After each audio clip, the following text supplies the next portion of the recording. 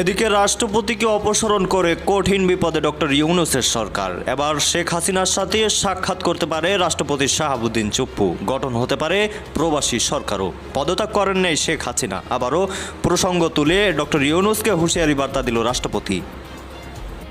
চিকিৎসার জন্য বিদেশে যাচ্ছেন রাষ্ট্রপতি মোহাম্মদ শাহাবুদ্দিন।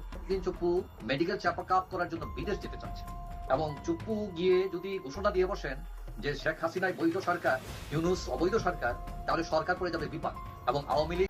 তার মানে রাষ্ট্রপতি হচ্ছে প্রজাতন্ত্রের সর্বোচ্চ পদ। সেই প্রজাতন্ত্রের সর্বোচ্চ পদে অবস্থান করেও রাষ্ট্রপতি চুপ্পু বিদেশ যেতে পারছেন না। তিনি যেই রাষ্ট্রের সর্বোচ্চ পর্যায়ে আছেন, তিনি যেই রাষ্ট্রের মহামান্য রাষ্ট্রপতি, সেই রাষ্ট্রের সরকার তাকে বলতেছে যে আপনি বিদেশ যেতে পারবেন না।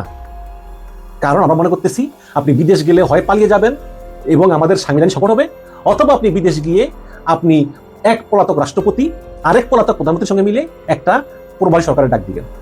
সম্মানিত দর্শক মণ্ডলী, রাষ্ট্রপতি শাহাবুদ্দিন চুপ্পুকে অপসারণ করে কঠিন বিপদে পড়েছেন ডক্টর মোহাম্মদ ইউনূস। ডক্টর মোহাম্মদ ইউনূস এখন কঠিন বিপদের মুখে।